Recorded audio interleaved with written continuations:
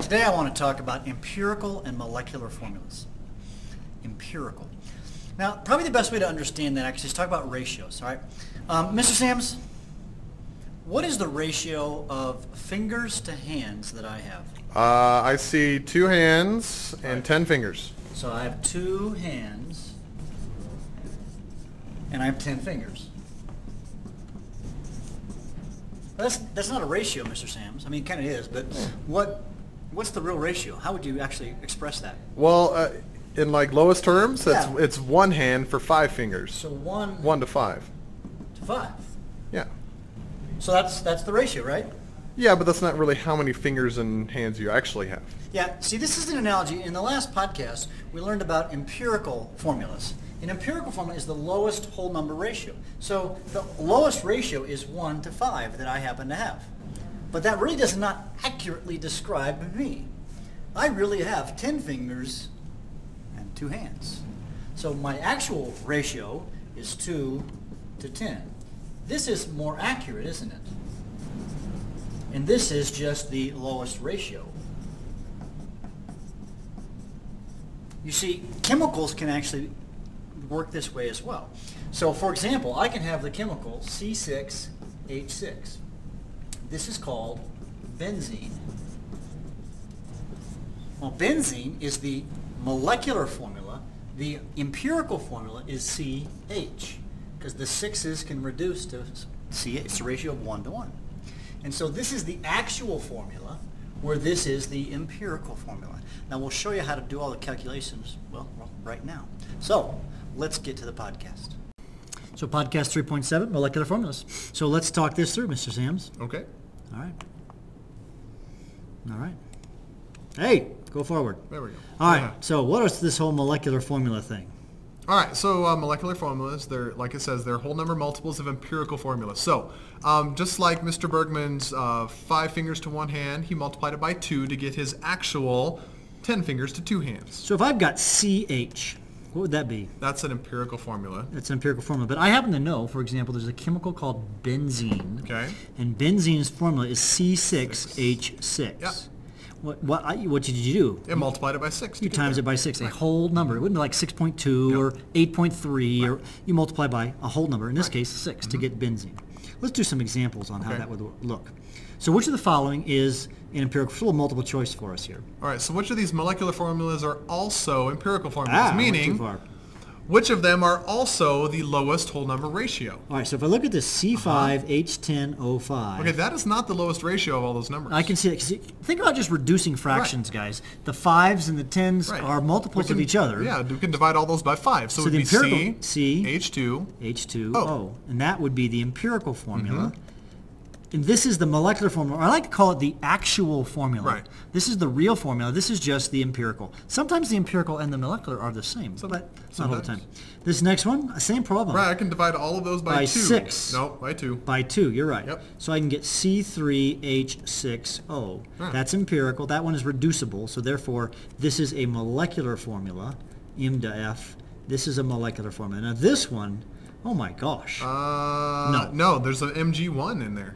Yeah, there's just only one magnesium, Mg. so you can't divide 1 by anything. This is the empirical and the molecular formula. Yeah. What in the world is that? I have no idea, but it's big. Does that really exist? Yeah, probably so. Maybe. It's probably like an enzyme. And this one would too. This would also be, so this is an empirical formula. This one also is an empirical formula. Whenever you have 1 of something, you're done. Yeah. 1 O and 1 N. You can't reduce 1. 1, you're done. Yeah, 1, you're done. There you go. Good. All right.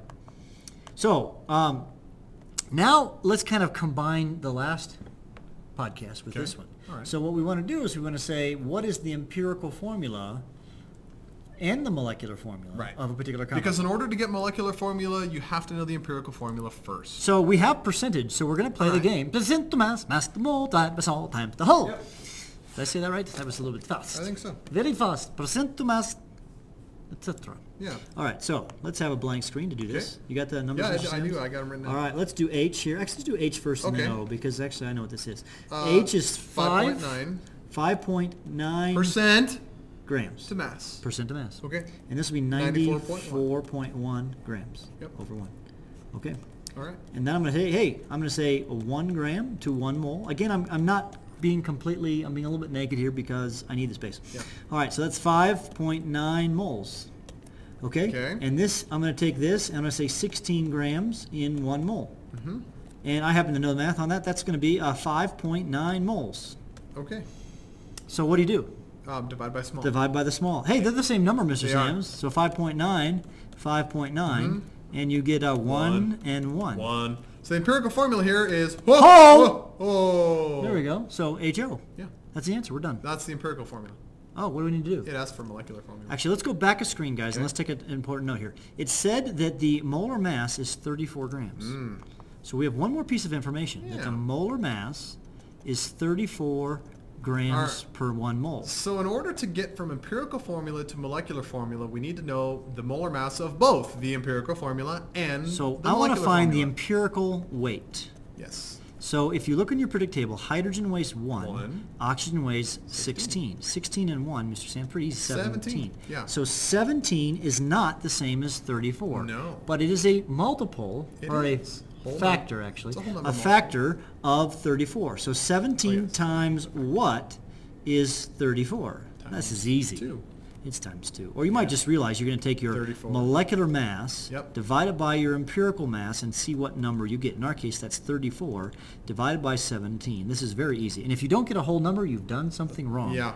It should be 2, 1, 2, 3, 4, some nice Yeah. round, even number. Yep. So this And one's 2. that means that the formula is half as big as it needs to be. So Right. I need to times my formula by 2. Yeah. So that means it's going to be H times 2. This 1 now becomes a times 2 times 2, H2O2. 2. So that's the molecular This formula. is the real formula. It's kind of like my hands and my finger analogy at the Yep. beginning of the podcast. Yep. So we take the empirical formula times the whole number that we get when we divide their masses to get the molecular or the actual formula. And this is better known, by the way, chemical land people, chemistry people of hydrogen peroxide. Yeah. You've probably got sitting in your shelf at home. Okay, let's do another one. Okay. Well, let's do another example, Mr. Sams. Alrighty. So here we have a chemical that contains 43.6% phosphorus, 56 oxygen, 56.36. Yeah. And we know its molar mass. So what's the empirical and the molecular formula? Okay, so we have to start by getting empirical first. Yep. And Okay. then we go to molecular. So percent to mass. Percent to mass game. Okay. So it's Yeah. phosphorus. Phosphorus, yeah, it's 43.64 grams now, percent to mass. And then the oxygen. 56.36 56.36 grams now, because it's... Yeah, I'm percent to mass. Percent to mass. Now, guys, what you're going to need to do, let me back up. I would really recommend that you copy down this question. Yeah. And then work the math out. Don't just write down the answer. You're not going to understand anything. So copy this down. So you should push pause and then come to here. Okay. And so phosphorus has a molar mass, look at the periodic table, of 31 grams in 1 mole. And oxygen is 16 grams in 1 mole. So Mr. Sams, we're not going to put the calculator up because Mr. Sams has it worked out already. 1.409. 1.409 moles of phosphorus, and the oxygen would be 3.523. 3.523 moles of oxygen. Now, those don't really we don't see. No, divide by small. Divide by small. Yep, Okay, whatever it 1.4. is. 1.409 moles. That would be 1.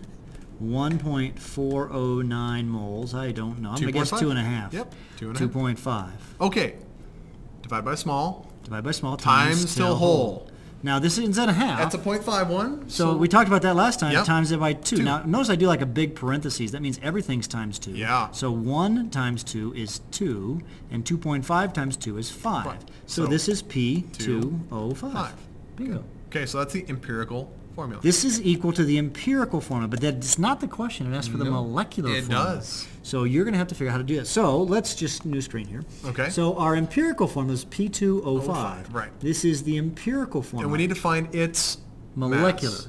formula. Right. So let's get that one other piece of data that we haven't used yet, and that's this 283.9. I just did that quick, but the molecular weight is 283.9 grams per mole. So I want to find out what the empirical, not formula is, but weight is. So the empirical weight would be 2 times 31. Phosphorus weighs 31, plus 5 times 16. Right. And I'm going to guess that that's like 141. Yeah, it's Sam's? 142. 142. Yeah. Okay, 142 grams in 1 mole. Mr. Bergman, I did that in my head pretty well, didn't I? Yeah. Good thing I had it written down next to me, huh? Well, I didn't look. Oh. I didn't look at your answer. You cheated, though. You didn't actually do it. Yeah, well, you know. I know what you did. But 142 is a factor of 283, isn't it? It is, yes. Because if you would times this by some number, you get 283. Actually, the reason I knew this, 284. And so if I were to times that by, well, 2, I'd get 284, wouldn't I? Yep. So the real formula needs to be multiplied by 2. So the real formula is 2 times 2 is P4O10. Now, do you know what P4O10 is typically used for, Mr. Sam? To make phosphoric acid.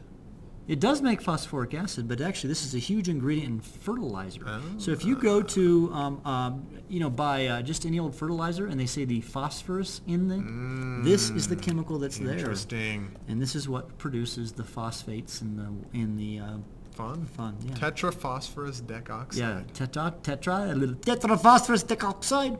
So now I want to say something. We're not going to do another example here, but I do want to say sometimes this number could be a 1. It can be 1. Where the empirical formula and the molecular formula are the same. Kind of like my friend who has 5 fingers in 1 hand. He was born without an arm. And so it can happen. It's not that often, but you'll see a couple of examples in your homework where you're going to see that. Yep. So, okay. I think we're done with Chapter 4. We are. Or Unit 4. Unit 3. Unit 3. Yeah. 3. Whatever. 4's next.